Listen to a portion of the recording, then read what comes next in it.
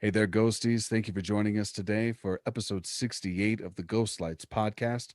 Today's guest is Regan Linton, the artistic director of Family Theater Company.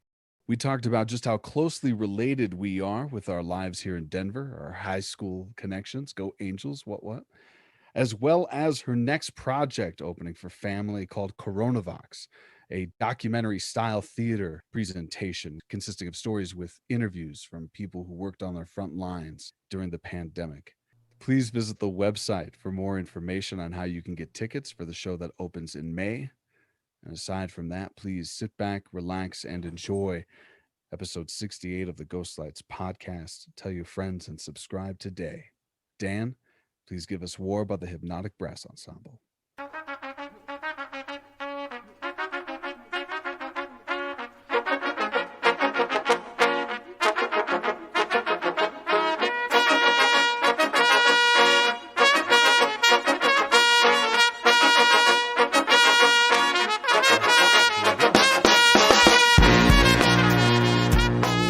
I forgot how to count, ladies and gentlemen. It is your boy, Sam Gilstrap, and it's the Ghost Lights podcast. Ghosties, we're back, and this time we have Regan Linton in the house. Regan, how the heck are you? I'm great. How are you, Sam? I am doing okay, as best as I possibly can be. It's the first official day of my spring break away from school, so it's nice. I don't have to run off to practices, and I don't have to, wear 2 masks for 8 hours a day.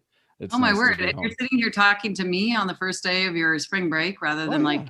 going out and enjoying the beautiful weather before it snows again. Oh, I did that this afternoon with my old dog Mike. We just sat up there. Me and him both had a little beer and Ooh. sat in the sun. He likes PBR all of a sudden, so he's a man of cheap yet classical tastes, and I Wow. don't judge him for that. No, I don't judge at all. I'm impressed. In fact, does he bowl as well? I feel like He doesn't bowl, but it's weird. He really likes podcasts about golf for some reason. So he just lies there and listens to golf podcasts all day. I don't even know what they would even talk about in a golf podcast. Just well, okay, yeah, we don't need to go there, I guess. Yeah, I mean, it's just it's all about putters and equipment and replacing divots. I think that'd be the extent of it. Yeah. I guess the divots might be interesting to a dog. That makes sense. So he's really into grass. Yeah. Yeah. If he's hungry, he eats it, and then it makes me feel ashamed, and I race him back home. But anyway. Lovely. Yeah. I have a icebreaker question for you. What is your dessert guilty pleasure? Ooh, dessert as in the thing you eat after dinner? Yes, which you could have at any time during the day. I'm just trying to, what confection or ice cream good is your guilty pleasure? I mean, I take issue with the idea of guilty pleasure because I don't really think of it as something guilt oriented. Like I'm a person who really believes in, anything at any time, whatever you want, like carpe diem kind of thing. So, hell yes.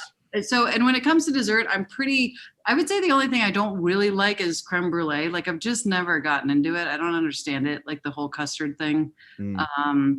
But anything chocolate and gooey, or cookies and cream, ice cream with actually, you know what I used to love was like if you went to Billy Bob's or Chuck E. Cheese, and they used to have this Sara Lee cake. I think it was Sara Lee, but it had this like really light frosting on it that I've never found anywhere else. And so that, I don't know, I guess that would be my quote unquote guilty pleasure if I could just eat one of those cakes by myself every night. Absolutely. Oh my God. I love eating cake by myself. Yeah, it's quite the thing. It also makes me think of like Tina Fey when she on that one SNL episode where she just like started eating cake, tons and tons of cake, and I was like, "Yes, Tina, that's my idea of acting."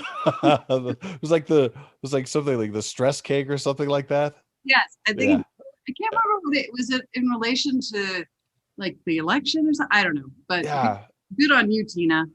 Yeah, she earned that. I think she earned that. Absolutely. Yeah, she got some heat for it, and I could definitely see the argument for it, but in the end, it's cake, and it makes us feel good.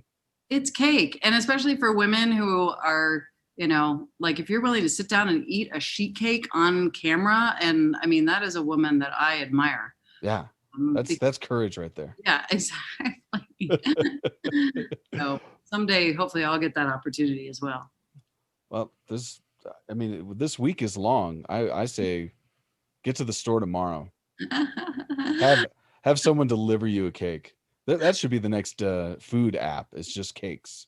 Absolutely. I'm surprised they haven't done that so far. Maybe they have. I don't know. I'm looking it up tomorrow. You know what I also need? I need a streaming service that is just Shakespeare and other plays that have been turned into movies. That's a good idea.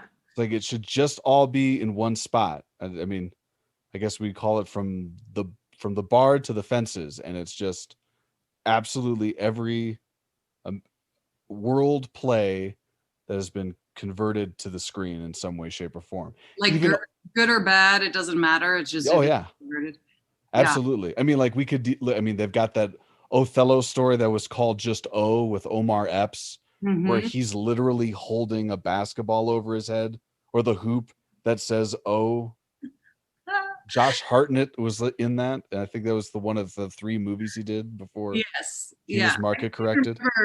Who the main like female lead was in that? I only think Julia Stiles, but I don't think that's right. Yeah, it's either her or Clara Danes. Yeah, I would think. But anyway, that's something we need. I think. And then they can link it up with the cake app, so you get cake delivered while you're watching all the plays turned into movies. Just use this code, you get 10% off your cake while you watch, Ethan Hawke and Hamlet. Right. Yeah. Actually, I don't even know. I don't think I've even ever seen that. That's really judgy of me because I love Ethan Hawke, but for some reason, just thinking Ethan Hawke, Hamlet doesn't. I don't know. Yeah. Now I have to watch that. It was set in a more modern time. Like I think the crime that was happening, or the empire, was like this big, like I don't know, we'll say importer exporter business that his dad was running. Sam Shepard was the ghost, and yeah, it was all it was the financial espionage and things of that nature. Okay. He did okay. Yeah, when it comes to Hamlet, I think sometimes I'm just judgy because I'm jealous. So jealous of. I admit that. Just of anyone who gets that opportunity to play Hamlet, because I'd like to do that someday. So who knows? We'll see. There's time. It's going to happen. Yeah. Yeah. That brings me to our opening question, the opening salvo of the Ghostlights podcast. Regan, how did theater happen to you? That's an interesting way to put it. Usually the question is like, how did you get into theater? As opposed to theater being the aggressor on me. I think theater was something that I couldn't avoid when I was growing up. I was very shy, actually, growing up, and would often kind of retreat. And my parents got divorced when I was in middle school, and I think it just kind of shut me down all the more. And I didn't want to be a burden to anybody during that time, or make waves. And so I just kind of was quiet and retreated, and then started developing, other issues with food and eating and all that stuff. And so it was like theater was the place that I could go and live my true emotions and be the truth of what I was experiencing when I didn't feel like I could let that out in the rest of the world, because I was, a young waspy female who with all the expectations of like, be nice and don't make waves and don't share your true feelings. And so it always just felt like theater was like the safe space. And so I think I gravitated towards it, and I was mostly an athlete growing up. I played soccer and softball, and I skied since I grew up in Denver. And when I got to high school, you had to start choosing, like, are you going to do athletics or are you going to do theater? Because they were during the same season. And for a while I tried to I would go to rehearsal and then, go out and do wind sprints on the soccer field and then come back in and jump back into rehearsal. And after a while, it was like too much. So eventually I had to choose. And I think I was just I was kind of a weirdo. Like I was kind of a self-described spaz, which I don't mean in like an ableist sense or a disability related sense. It was just that's kind of how I felt as a Yeah. kid, and uh, so I think it was just a place where I felt like I could kind of be at home and live my truest, weirdest self and my most open self when I couldn't do that in the larger world, I guess. Yeah. It was it's funny you mentioned being a child of divorce and then finding that as um, maybe a place for some semblance of balance. Yeah. I'm a product of divorce too. They would later reconcile as the years went on, but there was that long stretch where it's just and product of a divorce, but also having a biological father who's never there, so on and so forth. And it took a long time for me to find. I mean, even when I was doing theater in college and high school, it was not where I was the most comfortable. It was, it was a means to an end, and it's great that so many people use theater as a way to like find themselves.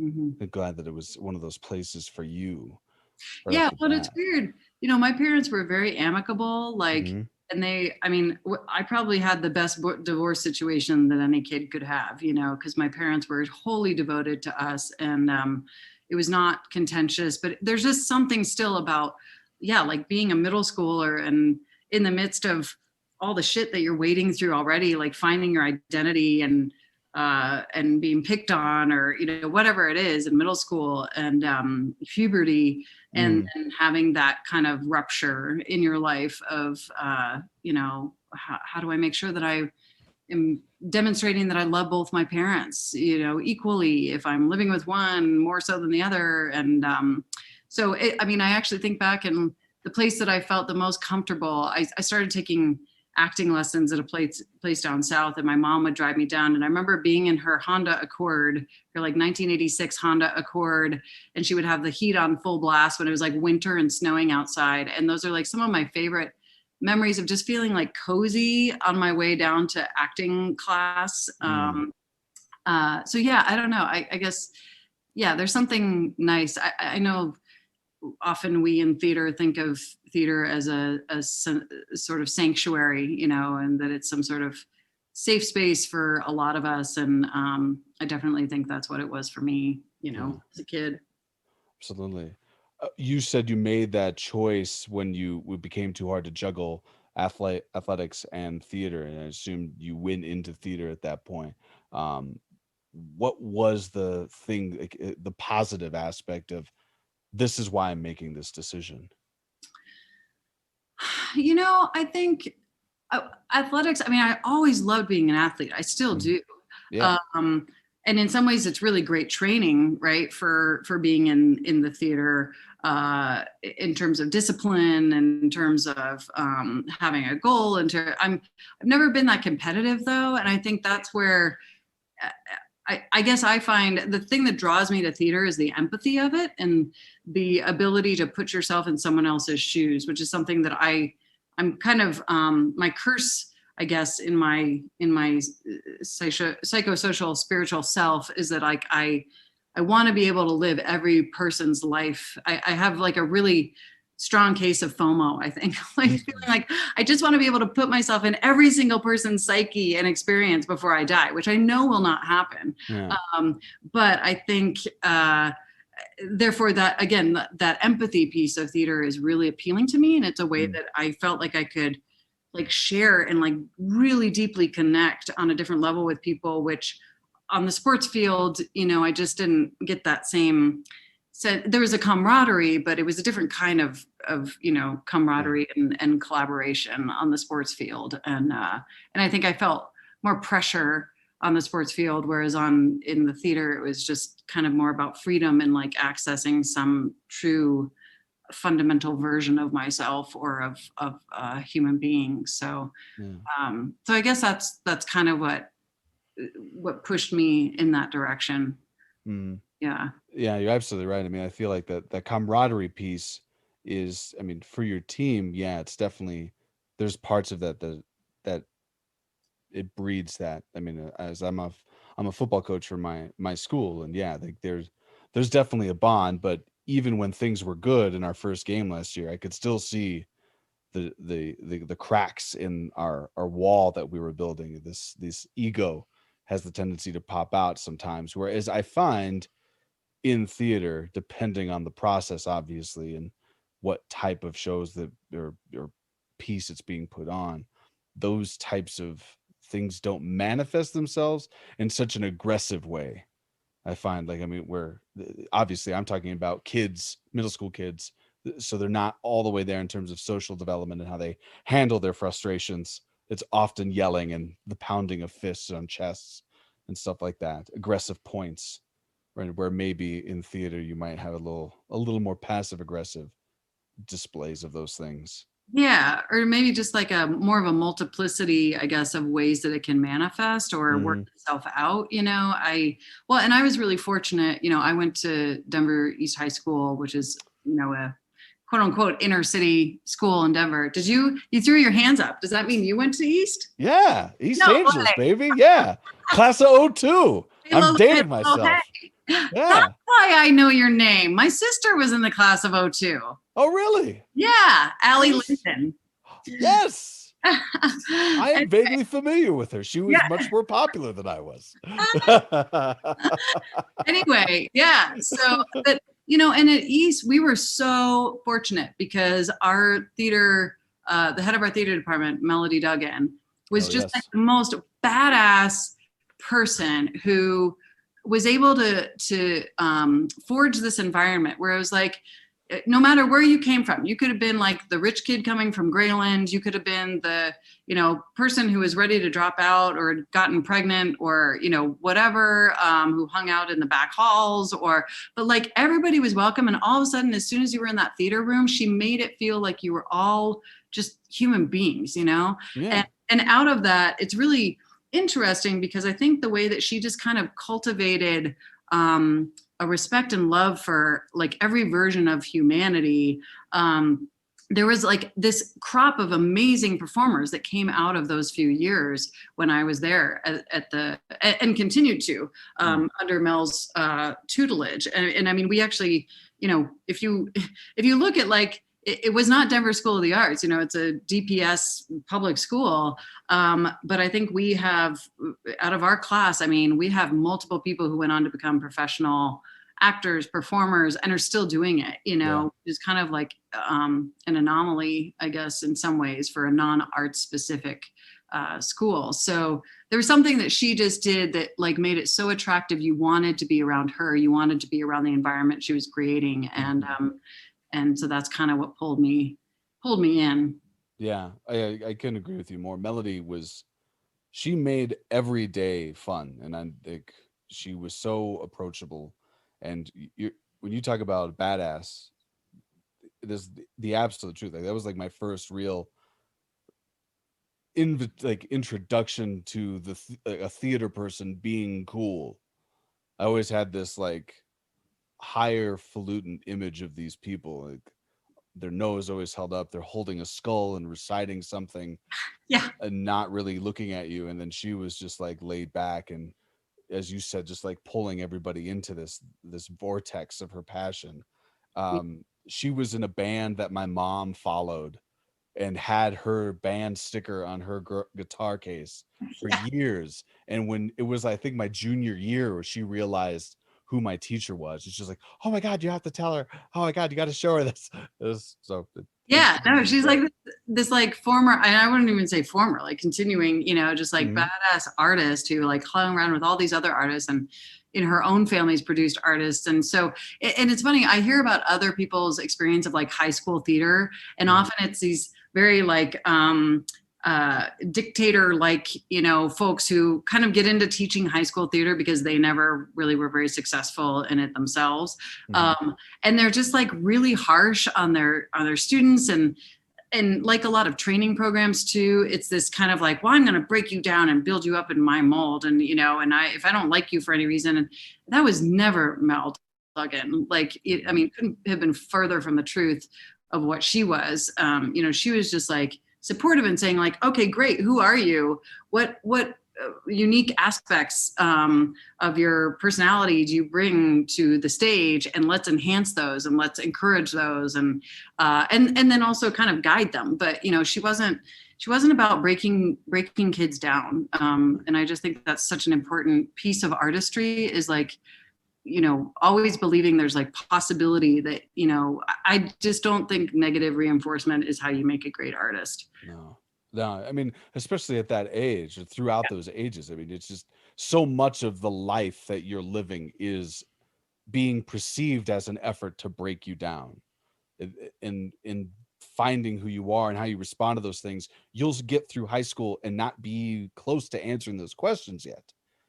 And if you are being berated by something that is supposed to be so, I don't know, healing. Yeah. I find theater is often healing. The arts are healing, even if you might not feel that there's something damaged. Yeah. Like, I mean, it's one of the band-aids that we need after this year. And it's yeah. Totally. Mhm. Yeah. And I think when you encounter those people who, are, their intention is to put other people down, it just always stems from a place of insecurity, and I always just try to remember that.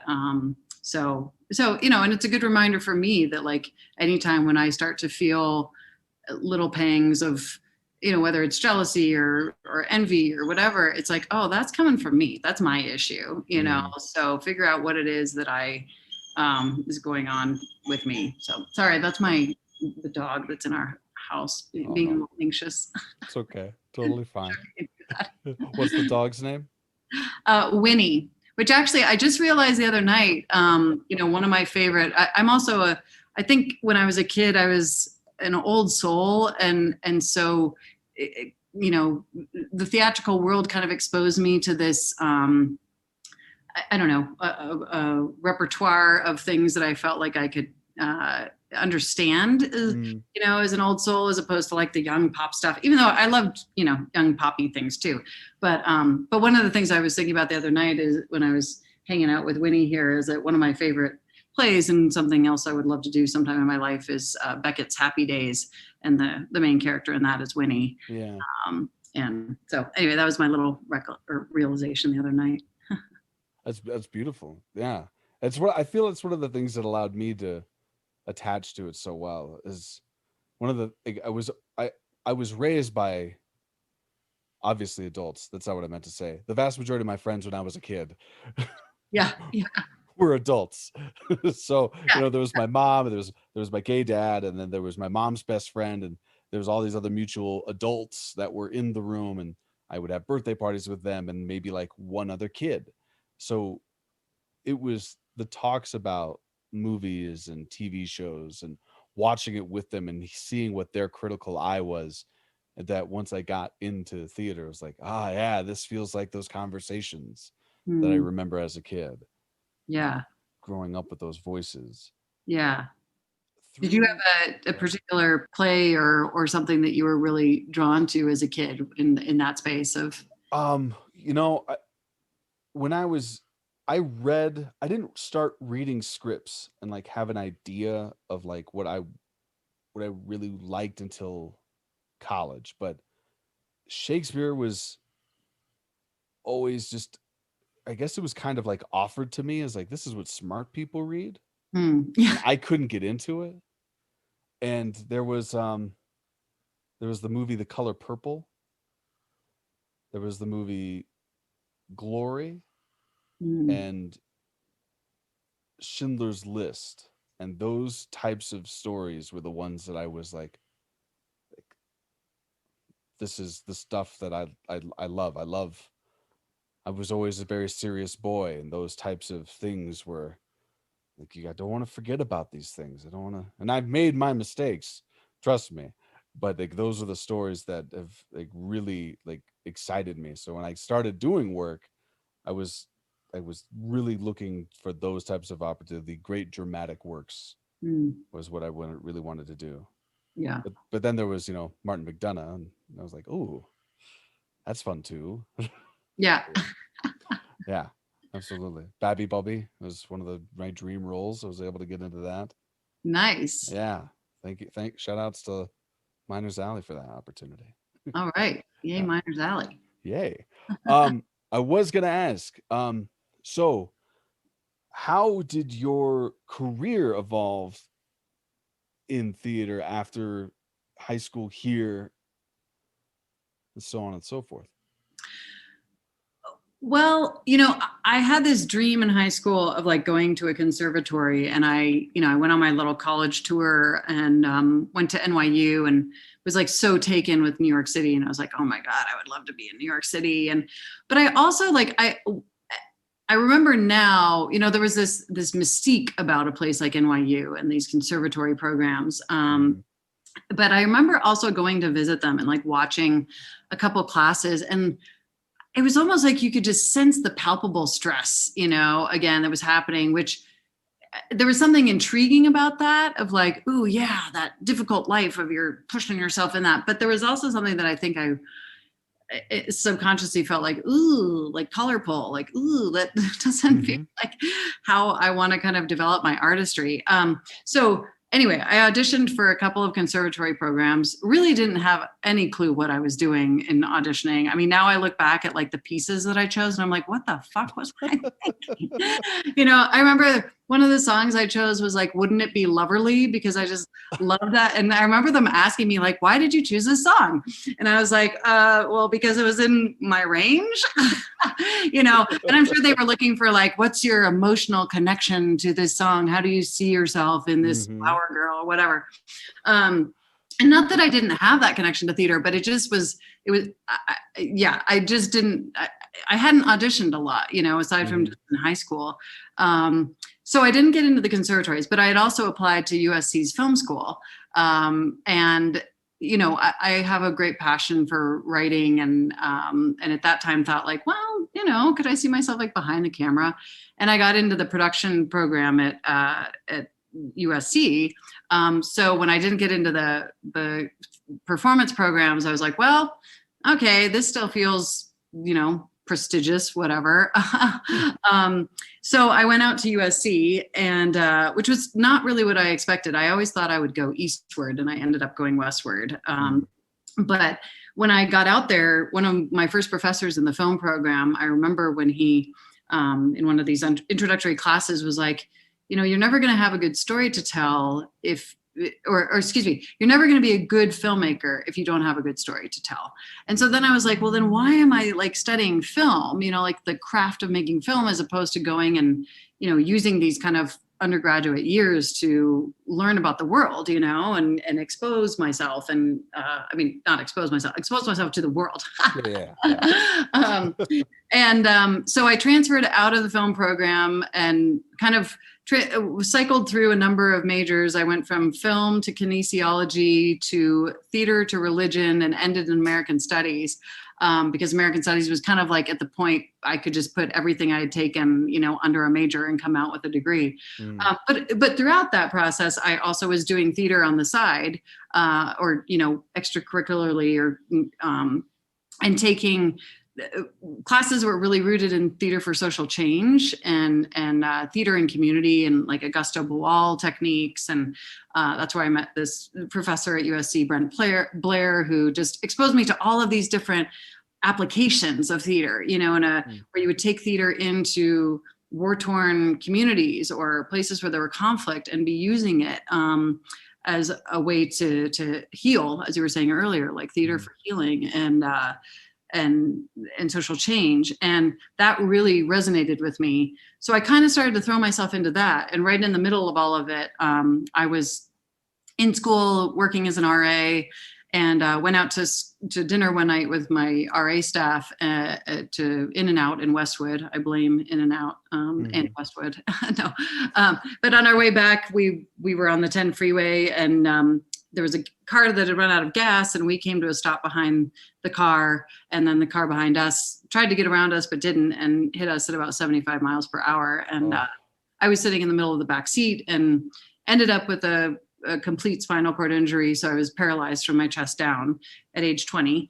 Oh. And, that's not ever something that any of us expects or thinks is going to happen. We're invincible when we're young and planning Mhm. the rest of our lives. And so it shifted my it shifted everything in my world. I mean, initially it was just like I was devastated because I thought, well, my my dreams of being, fill in the blank, like director, actor, anything artistic, are over. You didn't see that. I mean, that was 20 years ago, but even then, it was like you really didn't see folks with disabilities visibly. It's not that they weren't there, but doing artistic things, especially performing. And so I really, kind of retreated into a shell and just thought like, this is not going to be possible. And I don't know what my life is going to be. And, all the while I'm also relearning my body. I'm in a place where I'm flat out in a bed and can't sit up without passing out or vomiting. And then, can't lift my arm to like brush my hair. And I'm having to relearn how my bladder is working, how my bowels are working, how my, sexuality is going to function, like all of that. And so it was just like really overwhelming. And it was just like, well, theater was nowhere to be had at that point. So I came back to Denver and went through rehab at Craig Hospital right outside of Denver, and decided to go back to USC to finish my degree, but finished in American Studies. But when I got back to USC, my first thing that I did theatrically, I took a solo performance class with this professor, Eric Trules, who was awesome and like a very like kind of in your face, always pushing you for like, raise the stakes. Why do I care? Why do I care about your story? And it was the first time that I really wrote about my experience of being paralyzed and all of a sudden, being in this new body and all of the judgments that come along with that. And it was incredibly difficult, but also unbelievably liberating. And it was like everything that I had experienced up to that point of theater and the things that I loved about it suddenly started to coalesce into, oh, right, like this can be changed not only personally, but then, later on I would come to the realization of like social change and how it can function in social change, particularly with different identities.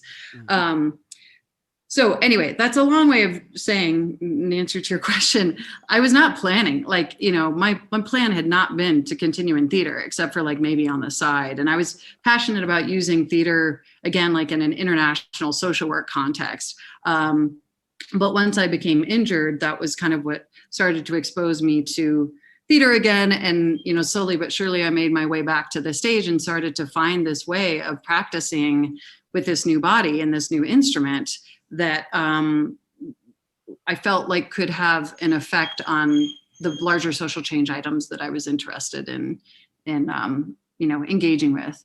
And so, I kind of went on to continue performing. I found this theater company in Denver, Family, which is a disability affirmative theater company that casts actors with all different types of disabilities. And that's really where I came back into my own, where, I mean, I was terrified when I thought of getting on stage again. I was just like, I was embarrassed. I was like, this is this disabled quote unquote body, that I was trying to avoid and deny and think like, this is not my identity. And it was Family, really, where I rolled in and you had all these different people with all of these different quote unquote disability conditions, and they were just like the most vibrant human beings I had ever met. And the people who were just like, fuck it all, like find yourself, recreate. I mean, we talk about theater people being creative, quote unquote, but so much of the time we're just fitting into a mold of like what's already sitting there for us or what's prescribed for us. Yeah. And this was, I felt like at Family was the first time where I was like, okay, you've been broken down, you've been broken apart, you've literally been broken, your body has been broken and your spirit has been broken and everything has kind of been dismantled. Now you get the opportunity to start building it back up, and in an image of like, instead of putting pressure on yourself of what you should be, it's like, how does your body work? Figure it out, learn to use it again, learn to train it again, learn to master it. And that's where I kind of started into performing again. And then, onward to getting a master's, and then, kind of really throwing myself in more deeply into like disability aesthetics and all of that. So yeah, I don't know if that answers your question. Absolutely. No, thank you so much for sharing that, your story in regards to your accident. I mean, that is a heavy thing to share with a friend for maybe the last 30 minutes. So, I mean, I'm kind of an open book. I think, Definitely. No, But absolutely. yeah. And I respect that about you. I mean, I think that's one of the things I'm picking up as we've been talking is this. There is one of the things I feel that you may have found if it wasn't there before is just this. There's a you don't back down from a moment, and I think that's evident in the career that has come since this moment. When you were in college prior to the accident, I just want to touch base. You were working on a project about bringing theater, or at least studying theater in these places that needed to be healed as a way of social activism as well. I am assuming that's something that's always been a passion of yours. Yeah, I mean, I think I've always been passionate about affecting some sort of positive change in the world. Hmm. And I've always been a bit, I'm an optimist. I'm a Libra. I've kind of been an idealist a lot of the time in my life, but I believe in idealism. I think without the idealists, like we don't move things forward. You've got to have a dream. You've got to have a belief that things can be better, Hmm. um, or be different. And I think it was just those college years that started to expose me to, I thought of like doing the Peace Corps, and I thought of, looking at different fields that would take me into those realms of social change. And I guess it was the college years that started kind of making the link between this passion that I had for theater and performing and storytelling, and that social change impetus in my Yeah. life. So yeah, and I didn't mention that after I came back to Denver and started performing with family, I went back and got my master's of social work at DU, thinking again that I wanted to go and do like international social work. But it was right about the time that I was really getting into performing with family. And it just, this light went off where I was like, oh, every time I get up on this stage, I'm having this effect because people don't see this. They don't see wheelchairs on stage. They don't see people with disabilities getting up there and like literally just being human and being artistic and creative. And so it was like this very simple thing, but literally by just putting a different body in front of people, doing something that they weren't accustomed to seeing, Hmm. that was this very fundamental version of change. So yeah, I mean, I think I've always been, I probably grew up with, my mom always jokes that like I was a C-section kid, and when I came out, I think she was like so sick that she just like didn't really want to see me for a little. And not that she didn't want to see me, but she was Yeah. just like, "Oh, I feel awful." Like, don't. So, maybe I've always felt a little rejected and a little like I, have to constantly prove my worth throughout my life.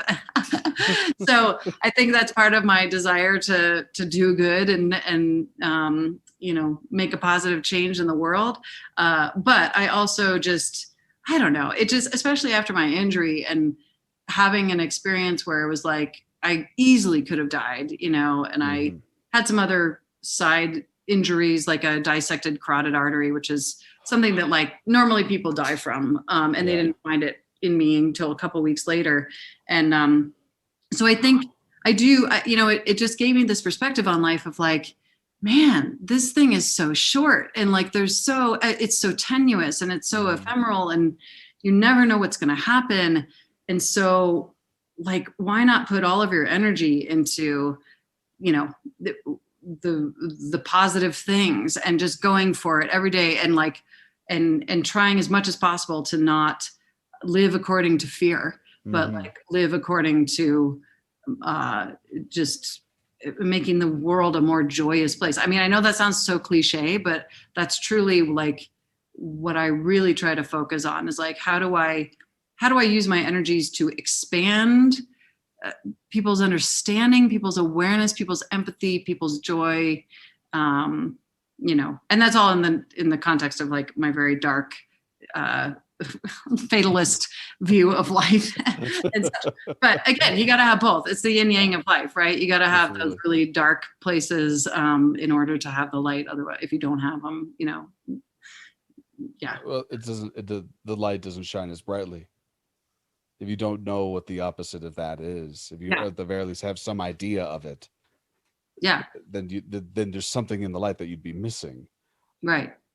When you were talking, oh, go ahead. No, I was just going to say, yeah. I mean, and the idea of opposites. I remember Steve Wilson at Family. He's a local director and was artistic director at Family before when I came back to be an actor. And I remember he was the first one that really kind of taught me about this idea of opposites in a theatrical acting context. Of just like playing the opposite of what you would expect in something, which I just think is so fascinating. But I'm always just really attracted to these concepts of balance or opposites in the universe, because everything exists alongside its opposite. And so I was just going to say, you literally don't have light unless you have dark. Without that context, without that, juxtaposition in relation to its opposite, you wouldn't have light. So again, they have to exist together. Oh yeah, absolutely. Couldn't agree with you more. You were talking about your introduction to Family or in the theater company filled with these people with disabilities and how strong and vibrant they were as people. One of the things that really struck me about your take on that experience is this idea of they've already been broken and rebuilt themselves. There's nothing holding them back for, I assume, their expression on stage. I don't know necessarily what my question is, but it's such a it's a beautiful thing bred out of what some would deem a tragedy, I would say. This strength not just to carry on with their existence, but then to be able to give some stunning performances and give themselves to that type of self-exploration. Yeah. What is it about your perspective on Family that separates their work from other theater communities? I mean, I think you hit the nail on the head of like one of our actors in Family, Stephen Hahn, said, Family, PH Family, because it's spelled with a PH because it was originally the Physically Handicapped Amateur Musical Actors League. A real mouthful. We've done away with that because it doesn't really apply in a number of ways to what we do anymore. So we just go by Family. But he said, Family is just like living life amplified. Everything is just so. Everybody has ups and downs. Everybody has their good days, their bad days. When you have a group of folks that have unique circumstances, whether they're physical, whether they're cognitive, whether they're emotional, but they cause this kind of amplification of every aspect of their lives. So everything takes a little bit longer for many of them. Everything is a little bit more difficult because the world is not constructed physically or attitudinally to accept them or to support them. Any given day, like maybe a quote unquote normal person or non-disabled person is dealing with their stuff, but it's not necessarily going to be like on the brink of life and death like it is for a lot of our actors. We had an actor, one of our longtime beloved masterful actors, Lucy Ruchis, passed away a couple months ago. And I think about the things that she went through. She had Parkinson's disease, and literally on a daily basis, her body would shift. She would, or from a moment to moment basis, one moment she would have absolutely no movement, like totally frozen. And then, 30 minutes later, because her meds had kicked in or something, she'd be uncontrollably moving, and unable to kind of direct her body in a certain way. So thinking about like just that, those extremes of how you're coping with your body kind of being out of control, the way people are receiving you being out of your control. And therefore, you learn, you develop ways, you adapt, you find solutions, you figure it out, you cope. And I'm not, people with disabilities are not heroes. That's the other dangerous thing, is that like we build them up to be like Oh my God, they're all such inspirational and just rolling out of their houses. Mhm. They're, wow, so heroes. It's like, no, they're just living their lives. But there should be an awareness that like the lives that a lot of folks with disabilities lead are to the Yeah. extreme. They are more extreme. They are not in the middle of the spectrum. They are at further ends of the spectrum in terms of what the experiences are. And a lot of that is again like based on how they move through society, and how society is not built for them. And so and I think that therefore there's a natural survivorship that occurs. I think there's this misconception that folks with disabilities are fragile, and I think it couldn't be further from the truth. Like, and it doesn't matter whether you've acquired a disability or whether you've had a Mhm. disability from birth. Even if you've had a disability from birth, you have lived every single day of your life having to adapt and like create yourself outside of a mold. And then if you acquire a disability, you've got to adapt from what you were and into what you now are. So I really think that like having a disability is this version of survivorship. We're all survivors as human beings. We all have lived through something if we make it to a certain point in life. But again, with disability, it's just Yeah. amplified. It's just, to a greater degree, a greater extreme. And so I think, again, coming into that kind of an environment where any of these folks know that like the one day that they feel good and they can get on stage and they can do whatever they have to do, even if it's amidst like a bowel accident or their meds not working or having an emotional, a really tough day or something like that. It just makes it all the more sweeter because they know the next day they could be stuck in bed or they could be in the hospital and I mean, this literally happened. Like when I was in Man of La Mancha, I was playing Aldonza or Dulcinea, the lead in that. And one morning I woke up and found that like I had this little skin issue, and folks with spinal cord injury constantly have to be aware of their skin, right? Because if you don't feel, those of you who can feel, if you're sitting on your sits bones or ischials all day long, you'd be able to feel like, oh, my butt's falling asleep, or I'm starting to get uncomfortable. So you shift or you stand or you readjust. We can't feel that. And so we tried, like I've learned to time when I need to shift or whatever in order to avoid getting skin or pressure sores. But sometimes you have things where like you don't feel a piece of clothing is rubbing on you and it starts to create a thing. So anyway, long story short, I woke up one morning and had this like huge deep purple red awful thing on my butt, and I was like, oh my God, like this could take me out of the show. So I went to the doctor and had it, and they were like, you have to stay off of it, like completely off of it for 2 weeks. And this is in the middle of rehearsals. And so I went to Steve Wilson and I was like, I think I'm going to have to drop out of the show. And he was like, no, you're not going to drop out of the show. So what we did, I went to rehearsals. I like laid over on the side of the room and spoke my lines, and somebody else kind of like rolled my blocking for me. So I was still in the room, still learning like what the blocking was going to be. But I was staying off Mhm. my butt, and letting it heal. And luckily by the time I had to get on stage, it had healed up enough that I was able to be in the show. But again, it's Yeah. that kind of thing where it's like, and not to say again that any actor, regardless of disability, couldn't Mhm. have that too. We're all humans, we're all vulnerable.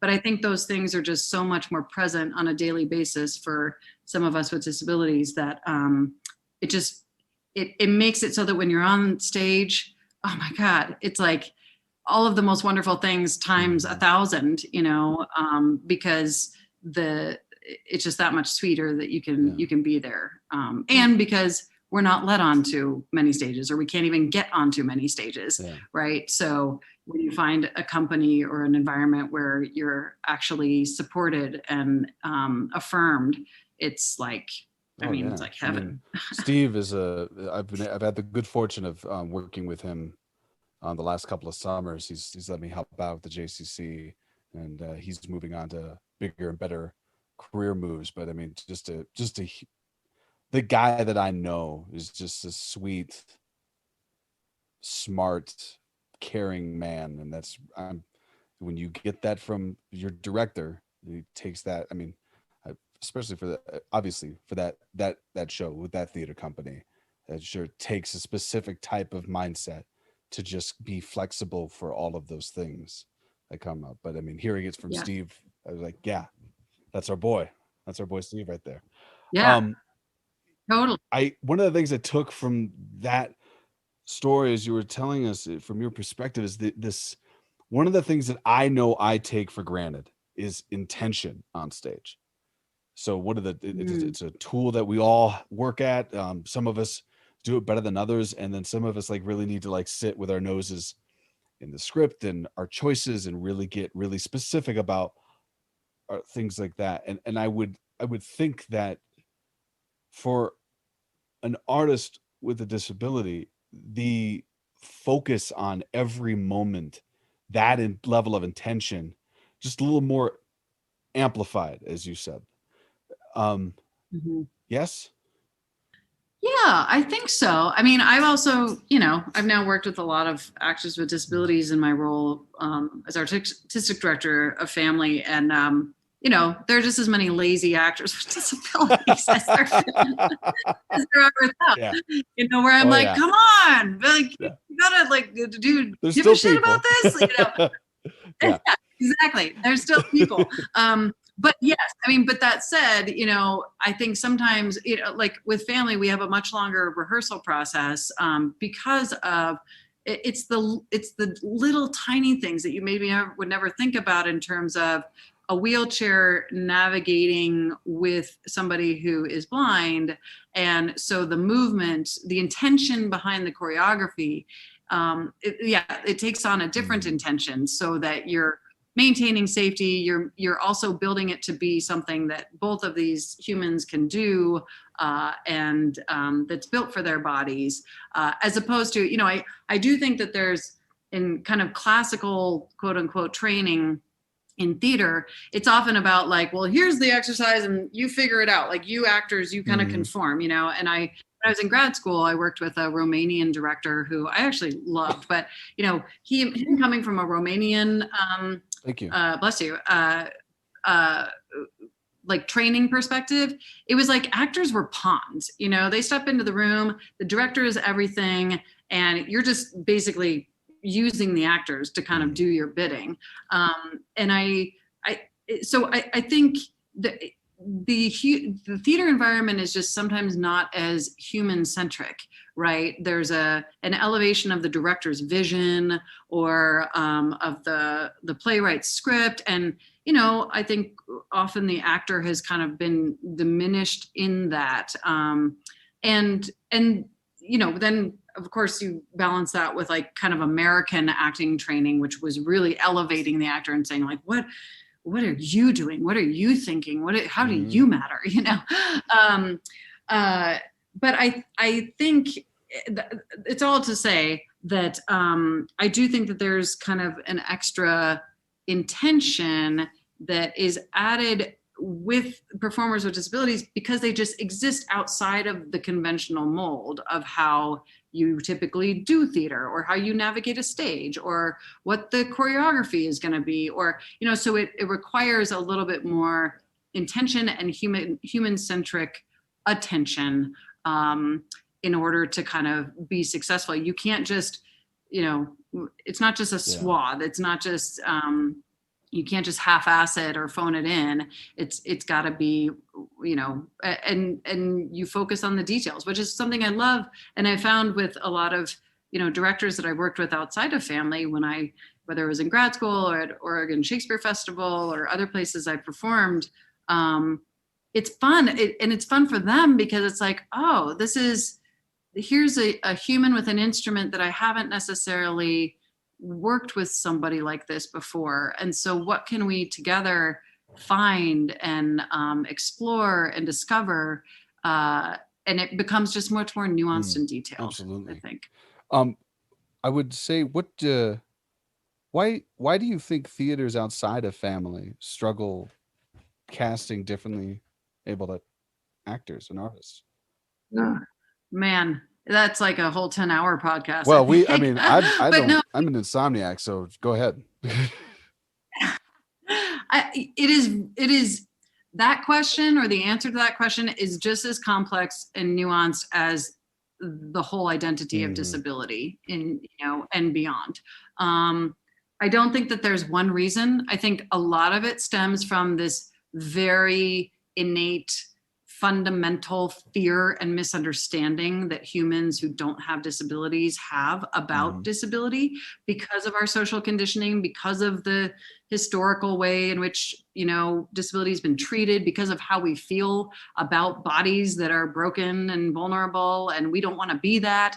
So that's the first hurdle, is just like the individuals working at these theaters and their own personal discomfort around disability or saying the wrong thing, doing the wrong thing.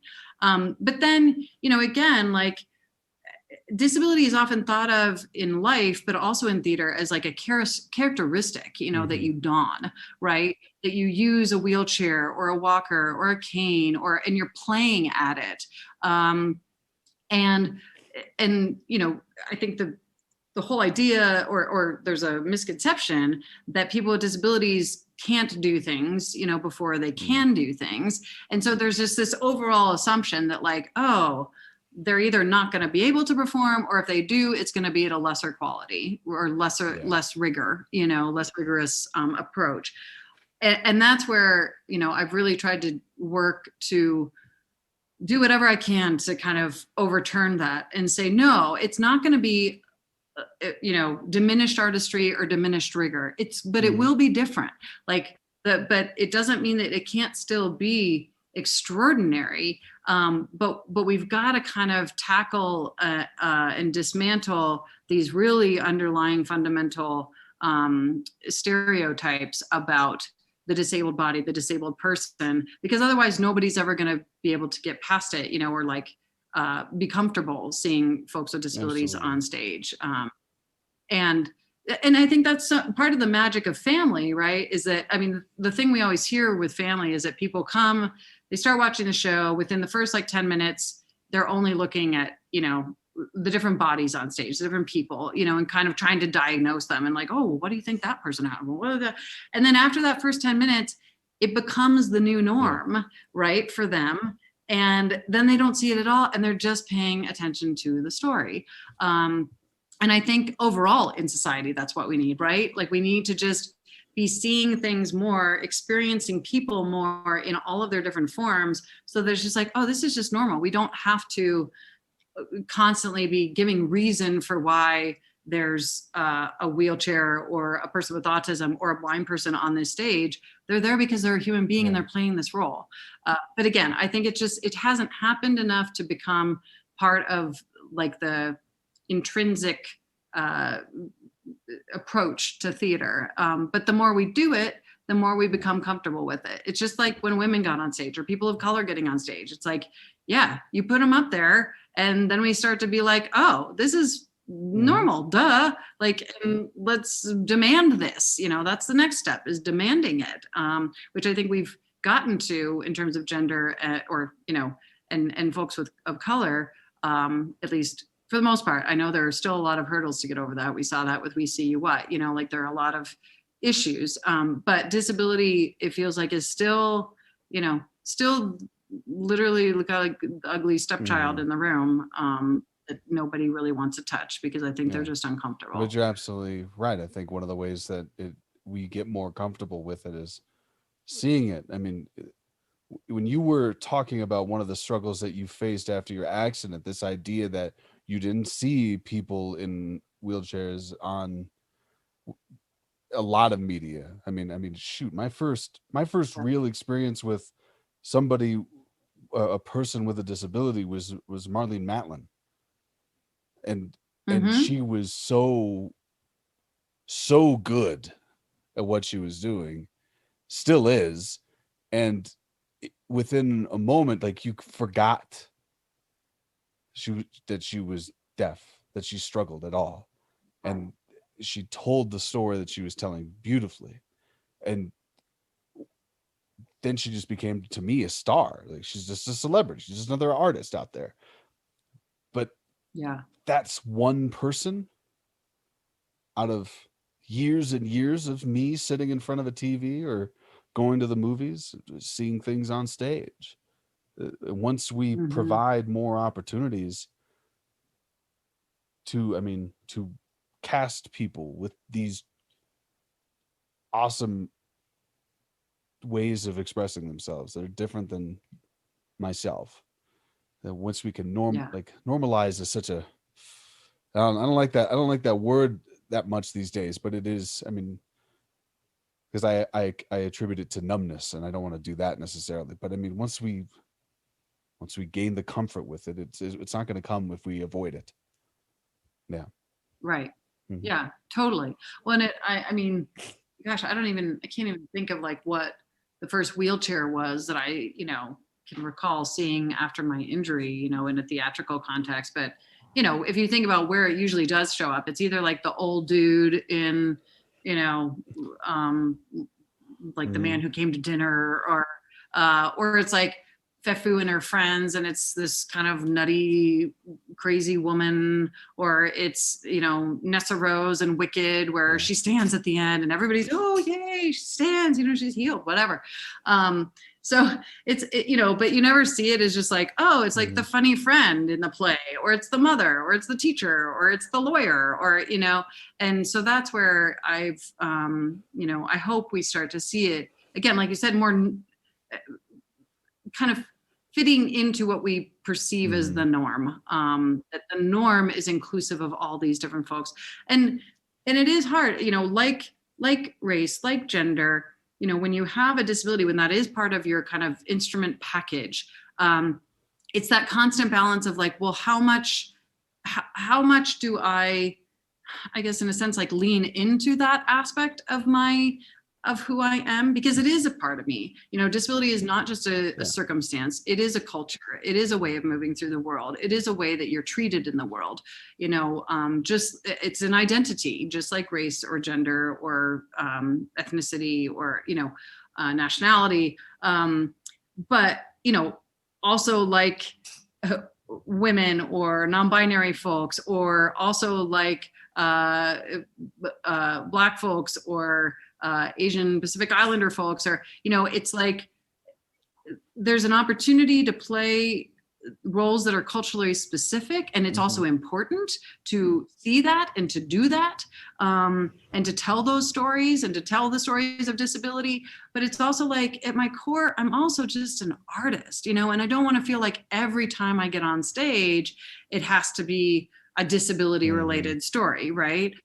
And so it's like, how do you balance? And that's where sometimes I'll get the question like, well, which should it be? Should it be that we need more stories of disability, or should it be that we're casting disabled actors in like Man of La Mancha? And it's like, well, yeah, Yeah. yes, and I mean, it shouldn't be an either or. It should be all of it. And again, just expanding that breadth of what we see on stage. I remember when I was at Oregon Shakespeare Festival, one of their big missions, or part of their mission, is to say we want to represent humanity. We want to represent what you see when you go out into the world, or what you experience, and that includes disability. 1 in 5 people has Hmm. a disability in this country. And so if you're not putting that on your stages, just like if you're not putting women and non-binary folks and trans folks and people of color of all different kinds, and indigenous folks, if you're not putting them on your stage, then you're not actually representing the truth of our full Absolutely. humanity.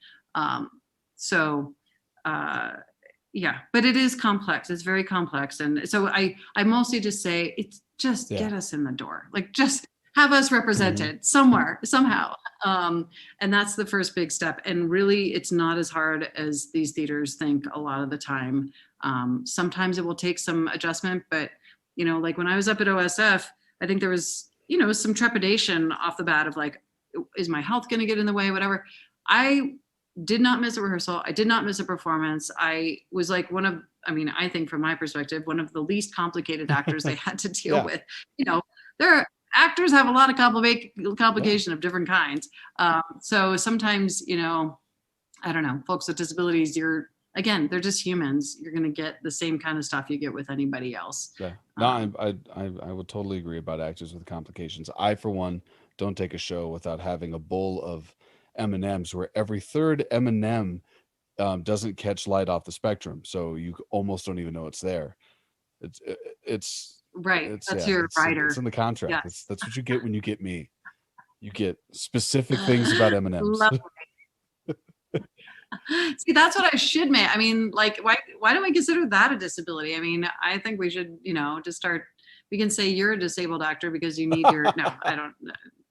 I'm sure some people would be listening right now, being like, "What? No, That's no, no." no. That's just me being a jerk. Not What an extension of this conversation, and I know we don't have a lot of time, but how can local theaters accommodate audiences? But more rather, how do they do better things for people with disabilities? How do they accommodate those people? I mean, there's so many different things, but really it comes down to, are you making people feel welcome? And this is where it's, again, not just, and I, it's not just people with disabilities. And I know I've pointed a couple of times to gender and race and ability. Those are just, those are kind of some of the larger social identity categories that I think have been traditionally omitted, marginalized, left out of the traditional kind of white, able, cisgender theater space. So that's why I keep pointing to those. But not that they're the only ones who are necessarily being marginalized. But again, and also not that there aren't a lot of theater spaces that are not historically theater spaces of color, right? We tend to think of like, oh, theater is just a white space. It's like, no, it's not. Theater has been made by people of color, throughout history. It's just that we ignorant white people sometimes don't BIPOC realize people that did it first. Exactly. Yeah. So, but I think in these kind of predominantly white theaters and spaces that are also, white supremacy and ableism are deeply intertwined. And so it's just about, I mean, the first step, it's not just, the first step is thinking about how are you making people feel welcome? How are you making them feel comfortable? Are there things you're doing to make them feel uncomfortable? You think of like a simple thing of bathrooms and how bathrooms can be alienating for folks if they can't get into the bathroom, or if the sign on the door doesn't, identify them as being allowed into that bathroom. So it's little things like that. And it's just, if somebody's coming in and if they request something, if they say, this is going to make my theatrical experience, meaningful, right? That you don't just shut them down, even if you don't know how to make it happen, that you say, yeah, we're going to try to make that happen for you. Let's have that person that you can talk to. First of all, let's make sure that there's that contact for an accommodation, or something that somebody needs. And then making sure that like everybody on your staff is attuned to that, so that if somebody comes in and says, hey, you don't have such and such, is that something, you don't have audio description, or you don't have ASL interpretation, or do you have a quiet room for my son who has autism? That you're just willing to say, number one, if you don't know how to do that, that you're willing to say, you know what, I'm not sure, but let me check on that for you. And then you actually do something about it to try to make them feel welcome and give them that experience. So I think that's the first biggest thing, is just thinking of like, how are you creating that welcoming space? Even if not everything is perfect yet, right? Like we all mess up. Family theater company, we still make mistakes all the time. We're constantly in a space of trying to be better. And then, the second big thing is putting people like them on stage. It's like, if you're only ever going to see shows where it's white, able, cisgender people, and then you're wondering why those other communities, or the non-white, able, cisgender communities are, why they're not coming. It's like, well, yeah, then why not consider putting some of them on your stage, and incorporating them? So, putting them in the room where it happens. So I think it goes a long way. Again, representation, visibility and representation. And the more you represent in different areas, both on your staff, on your stage, I think the more that begets people hearing about it and also wanting to come and be part of it and support it, and just say, oh, hey, this is somebody like me, that's awesome. I want to see that. And the nice thing is, in terms of disability, it is still in the theatrical in the context of the theater world, it's frankly still a bit new, right? I mean, it shouldn't be, but it's new, and it's kind of like a new frontier. So you also have people who are constantly trying to figure out, how do we do theater differently? And I'm not advocating for tokenizing people at all, but it is just saying, here is a leaf that is unturned at this point. Here is a frontier that has not been explored in terms of engaging this population of artists in your work. So why not do it, and see what new things you can discover. So I guess those are making people feel welcome and thinking about representation and where you're representing the community. No, those are great points. You're absolutely right. And then you can move on to all the other details, right? And I mean, family has, lists of like 10 places to start, and then all the accommodation needs and how to shift your practice and your structures and your rehearsal and your performance and all of that. Like, there are a lot of things, but again, it mostly comes down to that human-centric environment and being willing to say, we value this human being. We realize what they need doesn't match up or doesn't line up with the way that this structure and this form has been created. So how can we adapt? How can we adjust? Before we start to transition out of here, you're working on a project right now for family. I'm assuming Frontline Perspectives. Am I close? Yeah, so we're calling it Corona Vox. So we have a history of a project called Vox Familia, so the family voice, kind of in Latin. And we decided to do a new project during COVID, which was interviewing different frontline or essential workers, and then creating theatrical pieces based on their experiences. So that's what we're in the process of doing. It's going to be presented all virtually. Our actors have now, or we had writers write the pieces. They're now rehearsing them and filming them, and we'll be presenting that in May. So I think it's been really awesome. I mean, the people, again, it's very humbling. As an artist, I love what I do. I feel very fortunate to do what I do. But, one of the reasons I love different types of theater, including like documentary style theater, is that you get to talk to all these other people out in the world who are doing something that's so different from what you do. They're working in hospitals, they're working as caregivers, they're working in grocery stores and food preparation. And you get to a bit of their perspective, and we're lucky that we get to share a little bit of their stories, in that we have a platform to do that. Where would people be able to find that online? We had tickets just go on sale, but it's on our website at family.org, and that's PHAMALY.org. Regan, when we get to this point in the podcast, we ask, what is that ghost light you wish was left on for you, that you'd like to leave on for the next generation of artists to follow? I think kind of, again, what we were talking about earlier, that we're all really fortunate to get this moment of life.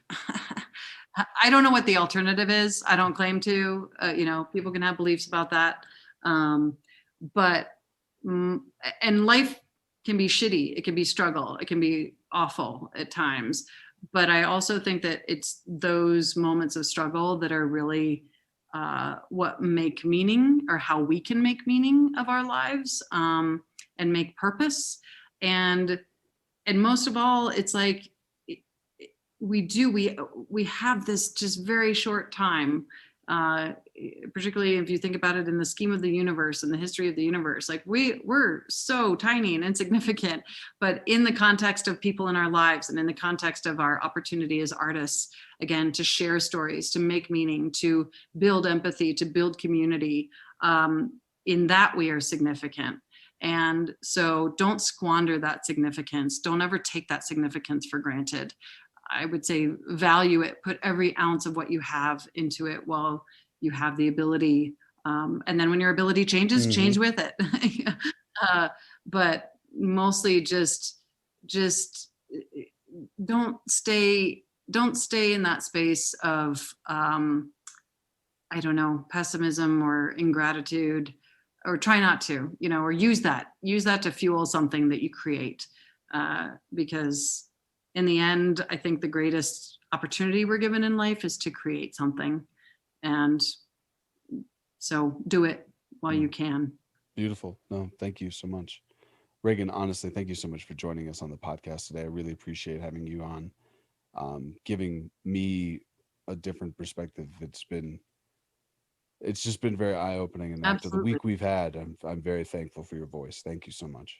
Well, thank you for in, inviting me, and it's been a Absolutely. joy. Yes, it has been a joy. Ladies and gentlemen, normally at this time of the podcast, we kick it to War by the Hypnotic Brass Ensemble, but I would be remiss if I just went with business as usual. It has been a difficult week for a lot of us, especially those within the Denver theater community. We've lost someone very special to a lot of us and a big part of our history here. So tonight, I would just want to say hug those that you can hug, call those that need a call, and be there for someone and take care of yourself. I'll leave you now with a moment of silence, and I appreciate you being with us, Ghosties. Thank you.